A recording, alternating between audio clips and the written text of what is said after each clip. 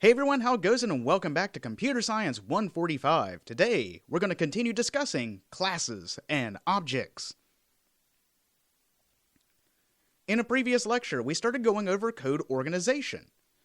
We used this in order to reuse parts of code, so we use less statements, quickly find bugs and errors, and easily extend or add functionality to our programs. Java organizes software first inside of projects, then inside of classes, and then inside of methods. We're going to continue our discussion about classes, and classes are a way that we can create classifications of objects. Instances of a class is referred to as an object. And what classes do is provide a blueprint of a class of objects. So in other words, it groups together shared qualities and shared characteristics. In terms of programming, classes combine data, in other words, attributes or properties, along with methods, the actions. It is a good idea to start thinking of classes as nouns. Anytime you're starting to develop software, if you notice that you're using a noun, it might be a good idea to create a class. That way it becomes a classification of these nouns. And also remember back, methods act as actions. They are the verbs. So for each one of these nouns, they have a series of actions that they can do.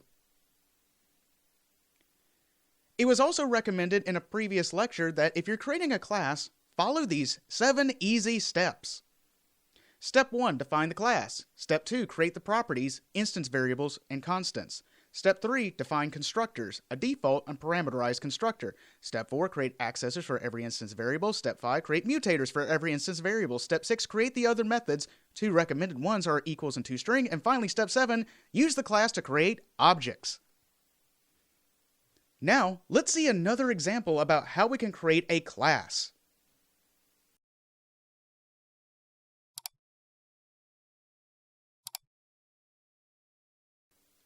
In a previous lecture, we went over how to create a class called a cat. And we also showed how we can use that code to dynamically allocate instances called objects in order to create those cats. Well, today what we're going to do is expand our horizons a little bit.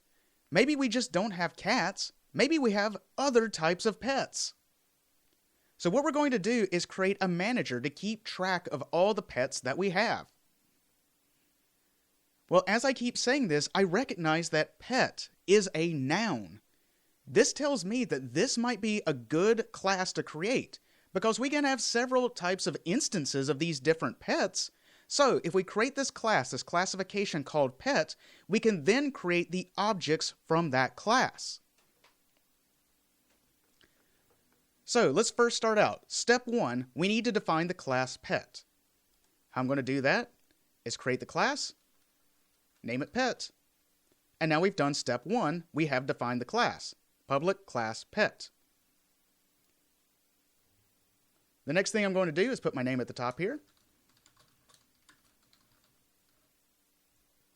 And also, as I go along with this, I'm going to put down each one of the steps. So this is step 1, define the class. Now we have step 2. Create the properties. Now the properties could be instance variables or constants. We're going to focus more on the instance variables. This is the information that's associated with each one of the instances of a pet. So in other words, what information do we want to keep track of for every one of these pets? Well, thinking about it, I need to keep track of the pet's name. So what I'm going to do is create an instance variable for the pet's name. Now, instance variables, their scope should be private. We want to safeguard this information. We want to hide it away and make sure that if we're going to modify this information, that it follows our guidelines. The idea of information hiding is called encapsulation, and it's one of the first principles of object-oriented programming. So going back to this, we need to create a name. So what type should the name be?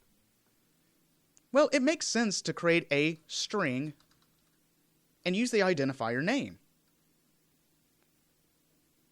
Thinking about this some more, another property I should keep track of is private int age. How old is the pet? Now, thinking about this a little more, another property I should keep track of is private double weight. And now, as I'm thinking about this further, keeping track of the name, age, and the weight is important, but I also should keep track of whatever the type of pet it is. Now, I know the scope should be private, but what should the pet type be? It would make sense to create a string. But hold on a second. Maybe there's only a certain number of types of pets that I could have. Now, a string could be anything, but if I have a set number of types this could be, then let me introduce a brand new concept.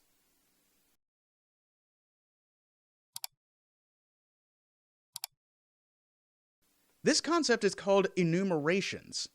Now, an enumeration, or an enum, is a special kind of class that only contains constant values.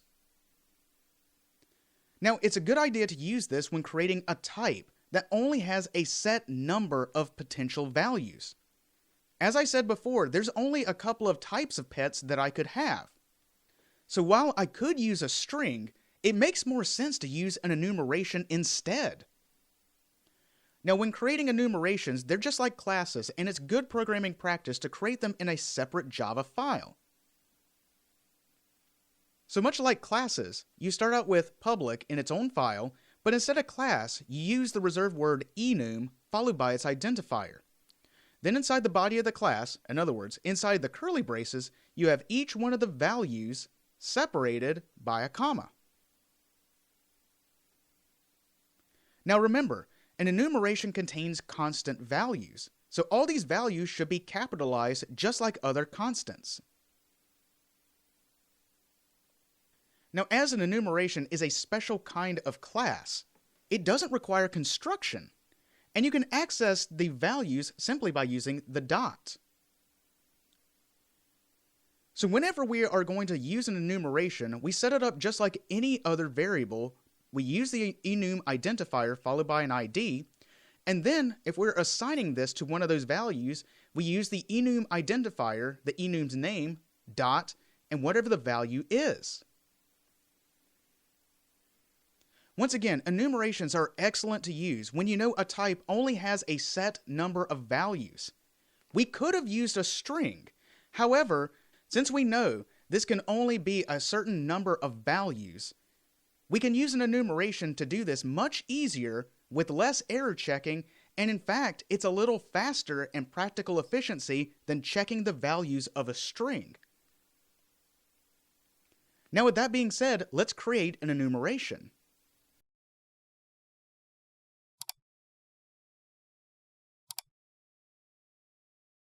Now going back to the code, what I'm going to do is this time I'm going to create a new enum. Now what's this enum's identifier going to be? Pet type.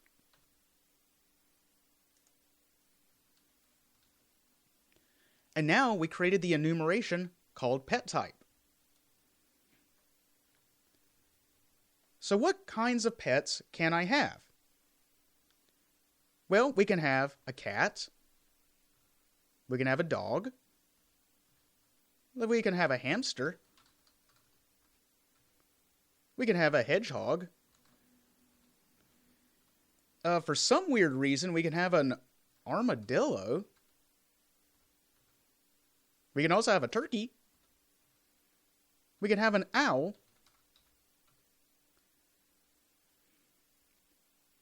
And the strange thing is, we can also have another kind of pet, even if we don't really know its type.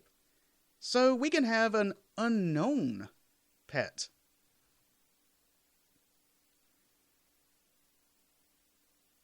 So these are the types of pets that I could have. And once again, I'm going to put my name at the top here.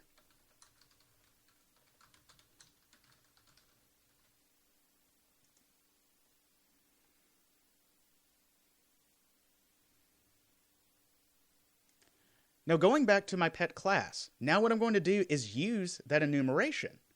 I'm going to create a private. Now the type is pet type. And I'm going to use the identifier type. Now once again, we could have simply just used a string, but I chose to use an enumeration because the types of pets that I could have are only cat, dog, hamster, hedgehog, armadillo, turkey, owl, and maybe an unknown type of pet. You'll see in a little bit that this makes it a lot easier when we get to error checking, and also once again, in practical efficiency, checking the values of an enumeration can be faster than checking the values of a string. In certain programming languages, enumerations are treated as named integer values, and it is much faster to check the value of an integer versus the value of a string.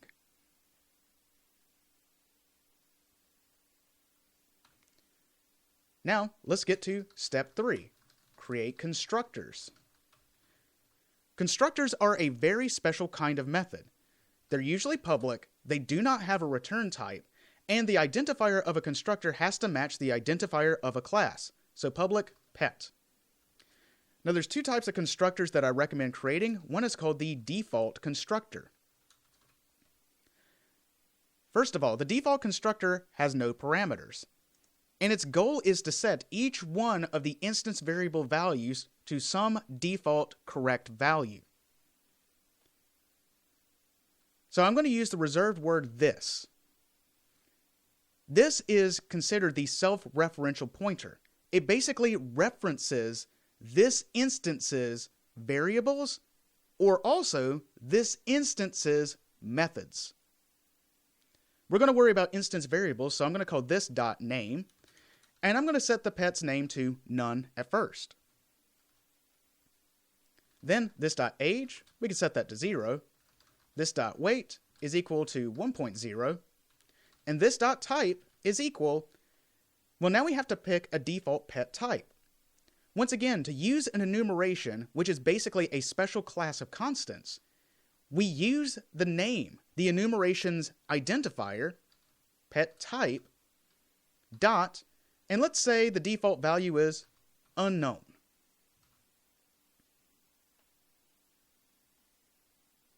And there we go. That's our default constructor. Now I'm going to create another constructor, public pet. Once again, it's public, no return type. And this one is going to be the parameterized constructor. We use a parameterized constructor to both construct a new instance of this class, but also set all of its values. So this requires having a parameter for each one of the instance variables. So the first one is going to be string, an for a name, int na for an age, double aw for a weight, and pet type at for a type. I'm going to come back and rewrite this, but for now I'm going to write a to-do use mutators. If we are constructing a new instance of this pet, and we're giving all the values to be assigned here, we also need to check if those values are correct. This is something that we do inside of the mutator. So instead of doing the error checking inside of here, what I'm going to do is write the error checking inside the mutator and then just simply call the mutator. This saves us time because we have to write less code. We could simply use something that we have already written. But as we haven't written it yet, we'll come back and do that. Step 4. Create accessors. Each one of the instance variables scope is private, so we have no way to access any of these values outside of this class. Now, if we determine that we would like to give access to these values outside of the class, then we create an accessor for those values. For right now, we're going to create accessors for every one of the instance variables. Accessors are very formulaic. First, they're public. Then, I'm going to create an accessor for name, And the return value of an accessor has to match the type that this value is. So public string, accessors usually start with get, followed by the identifier, name, and accessors have no parameters. You don't need to give information to an accessor in order to get that information.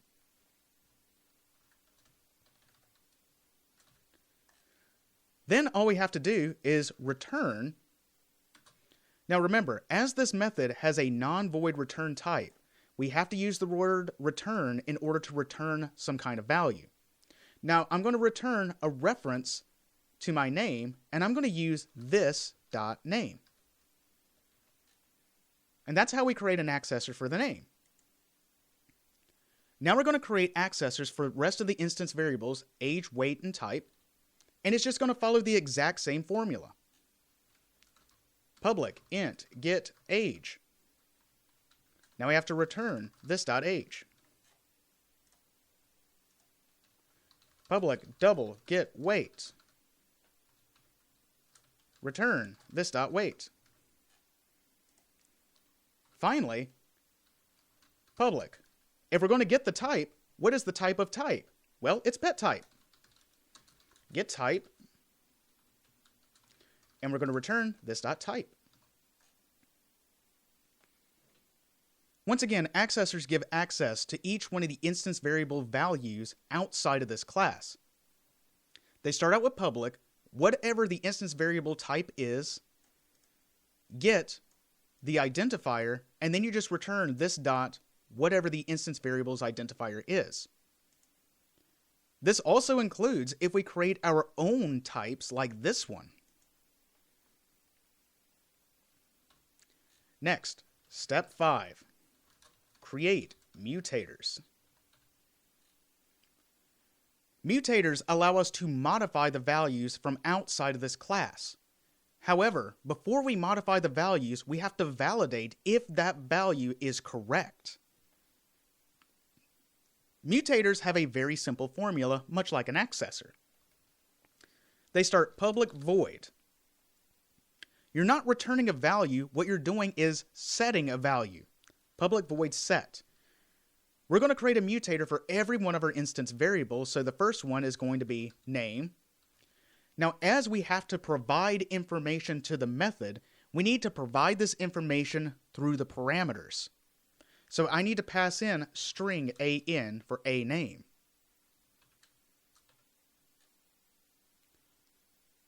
Now we're going to assume that you can name a pet whatever. However, there is something very special about this case. A string is a class type. Now, as we know, this identifier right here, all it holds is a reference in memory. We understand that there is a very special memory address that we need to look for.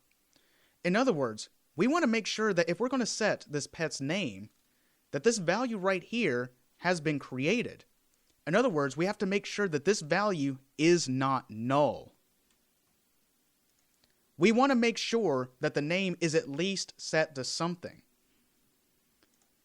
So if an is not equal to null, now notice, yes, this is a class type, and it's always been recommended that you use the dot equals method in order to compare the contents of a class type.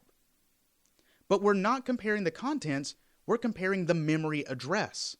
This is why I can use not equals or double equals to compare it to null, because this is a memory address.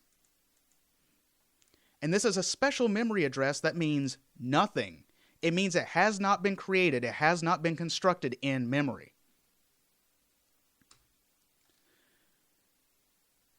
Now I'm going to do this in kind of a different way than you've seen before. I'm not going to put the curly braces, I'm simply going to write this.name is equal to an. In a previous lecture, it was recommended that anytime you write an if statement, an else if, an else, a while, a do while, and a for loop, that you put the curly braces to indicate the body of that type of statement. However, if there is exactly one statement inside the body of an if, an else if, an else, a while, a do while, or a for loop, then you can omit the curly braces. And I'm going to do this, that way we save some time in coding. Now the next thing I'm going to do is write else. Now if this was null, we want to make sure that the name is set to something. So let's just set it to the default value, this dot name is equal to none.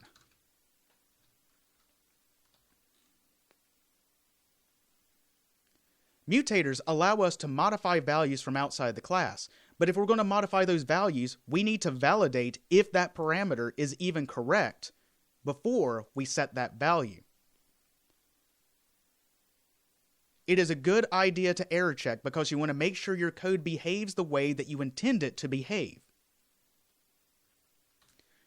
Now let's do the same thing for age.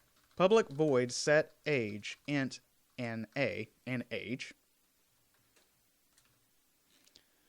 And now we need to validate whether or not this parameter is correct. So if NA is greater than or equal to 0, then we're going to set this dot age is equal to the parameter NA. But if that's not true, this dot age is equal to 0. Next, public void set weight double AW. And in this case, if AW is greater than 0, then we can set this dot weight is equal to AW. Otherwise, this dot weight is equal to 1, the default value. Next, public void set type.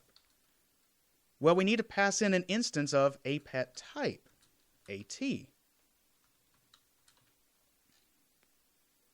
Now in Java, enumerations are a special kind of class.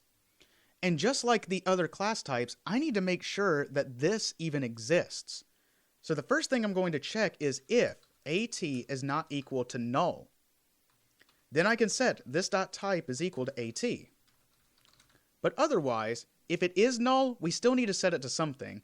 So we're going to set this dot type is equal to the pet type unknown, as that was the default value. Then we get to step 6. And this was the other methods. There were two in particular that I heavily recommended that you write always. ToString and dot equals. Let's start with ToString.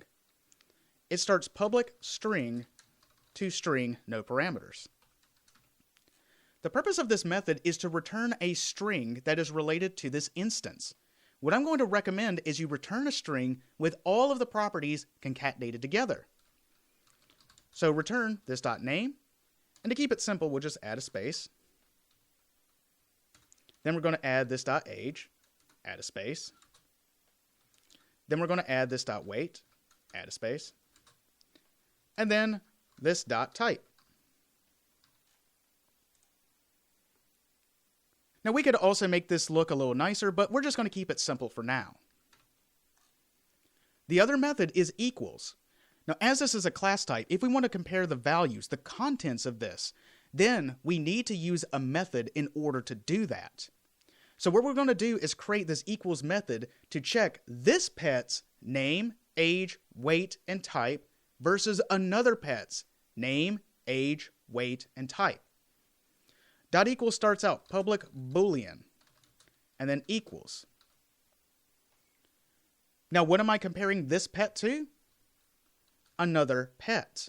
We'll say AP for another pet.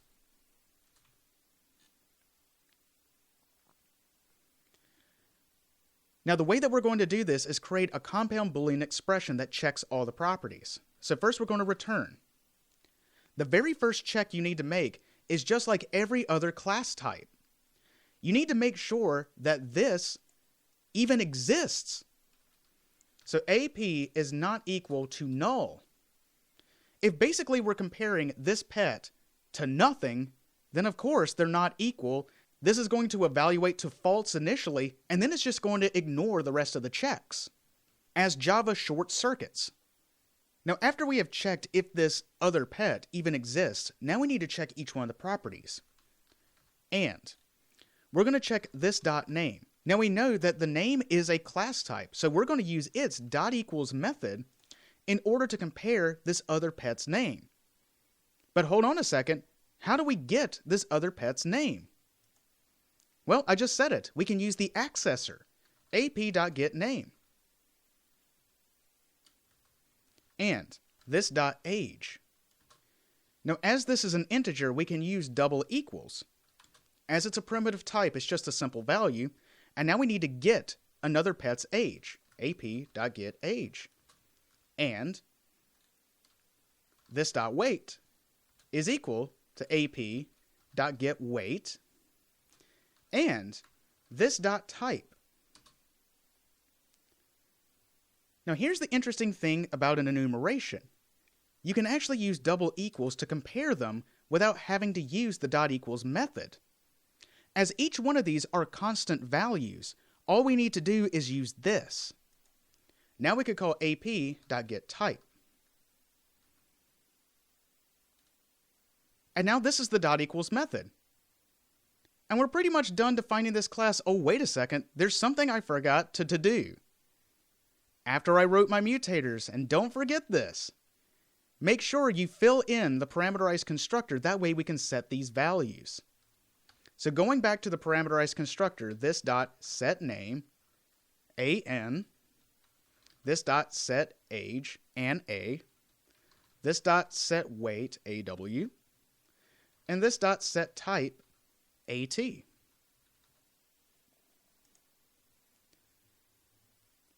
And now, what I'm doing is I wrote every one of these mutators with error checks inside of it.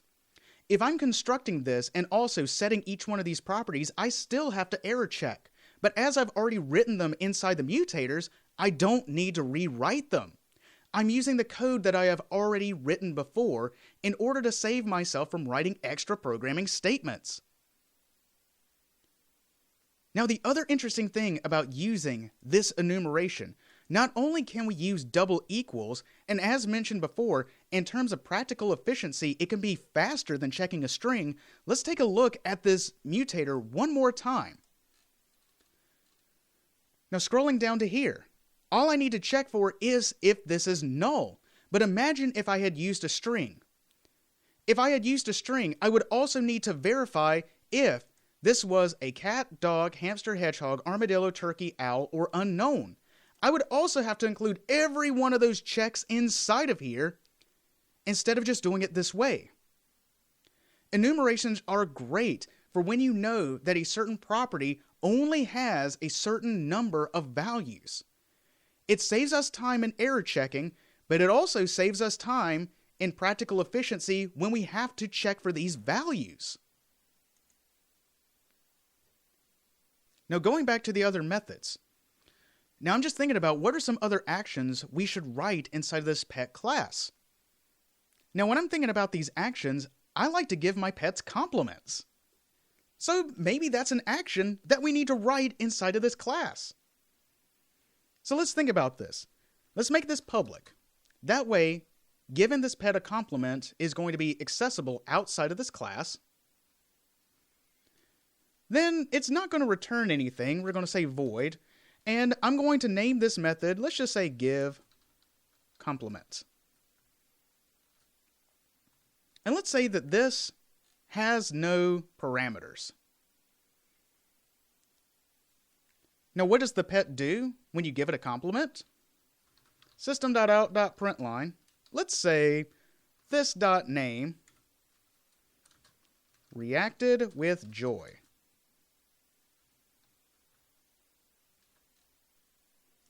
So with all of this written, what we can do now is step number 7, we can start creating instances of these pets. I'm going to create a separate class because we have these pets and they have pet types. But if I'm thinking about this, we also have a place that contains these pets. Well, that sounds like another noun. This feels like this should be another class. I'm going to go ahead and create a new class called pet place. And I'm going to include the main method, that way we have an entry point into the program. I'm going to remove this comment. I'm going to put a comment with my name.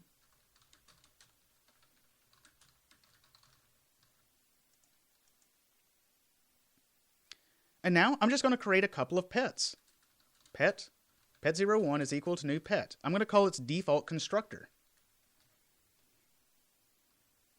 Now to just show what happens, system.out.println pet01. When I run this, well, it prints out all the properties because it's assumed this calls its toString method, which returns the string with the name, the age, the weight, and the type.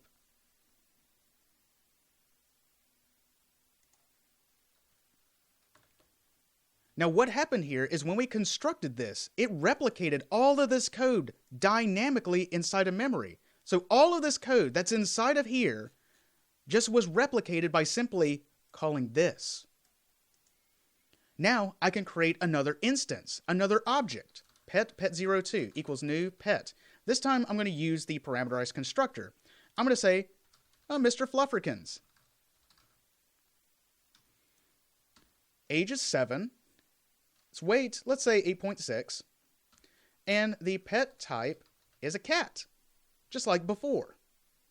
System.out.println pet02. Now let's see if this works.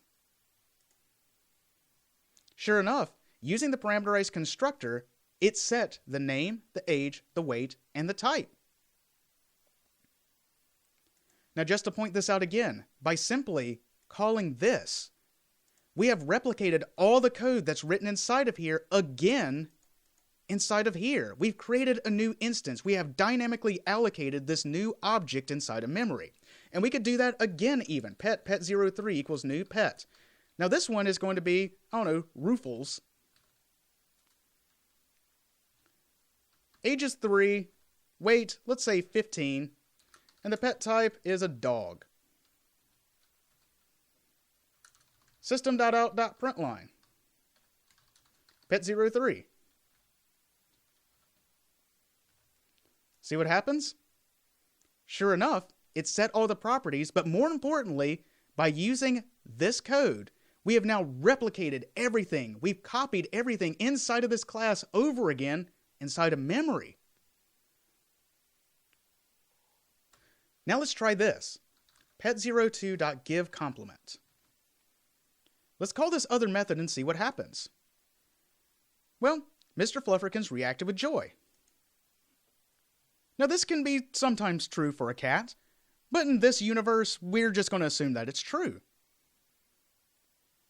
Now hold on a second. As I start thinking about this more, I'm realizing that maybe I give multiple compliments to a pet.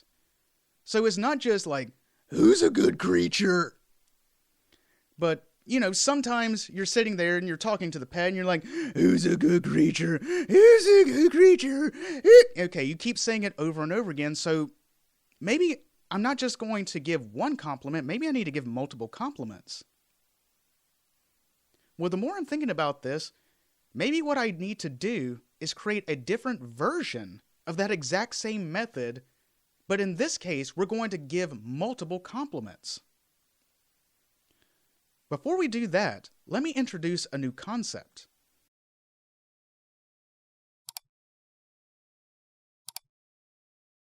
Now, first of all, a method's identifier, return type, and parameters is called the signature or the definition of a method.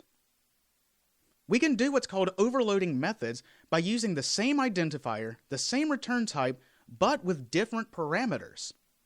So in this case, what I'm going to do is not just give one complement, but give multiple compliments. How many compliments? Well, I need to pass that information in via a parameter. Let's see how that looks.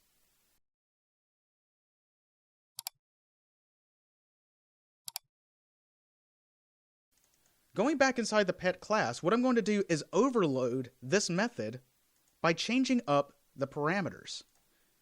So in this case, I'm going to call public void give complement, and this time I'm going to pass in the parameter int c for the number of compliments that I'm going to give the pet.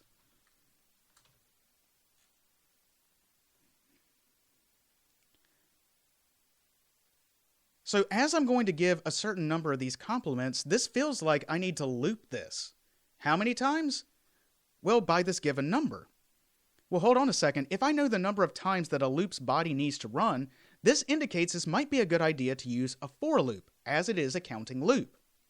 So I'm going to create for int I is equal to 0. I is less than c, I++. So if this c was 3, this loop runs I is 0, 1, 2, in other words, 3 times. Because 3 is not less than 3, so 0, 1, 2, that's 3 times. Now hold on a second. I'm going to give basically the same complement over and over and over again. And I've already written the method giveComplement once before. Well, this isn't going to change. Only thing that is going to change is the number of times that it is called. So in fact, what I could do is reuse this by calling this.giveComplement. Now you may also notice I did not put the curly braces because this for loop has exactly one statement inside of it. Now, for an if statement, an else if, an else, a while, a do while, or a for loop, if it has exactly one statement inside the body, you do not have to put the curly braces. But if you do want to include the curly braces, go ahead and do that. That's part of discovering your programming voice. Do what works best for you. Now going back inside the pet place, now what I'm going to do is pet 03 Rufles, I'm going to give, let's say we're going to give them 3 compliments. Now running this, you can see this printed out 3 times because we used the overloaded version of this other method. Now in this lecture, we have continued our discussion on classes. We use classes to create instances that we call objects. These objects are dynamically allocated into memory. In other words, the code written inside of a class is replicated inside of memory every time we construct a new instance of that class. We do this to organize our code. That way we end up writing less code in the long run. In this example, we created 3 versions of pets. And all the code that we wrote inside the pet class was replicated dynamically 3 times over. Also, we introduced the concept of an enumeration, which is a special kind of class that only contains constant values. And we use enumerations whenever we know that there is a certain type that can only have a certain fixed number of values. Furthermore, we introduced the idea of overloading methods, where we have the exact same method definition, but a different number of parameters. That way it behaves slightly differently.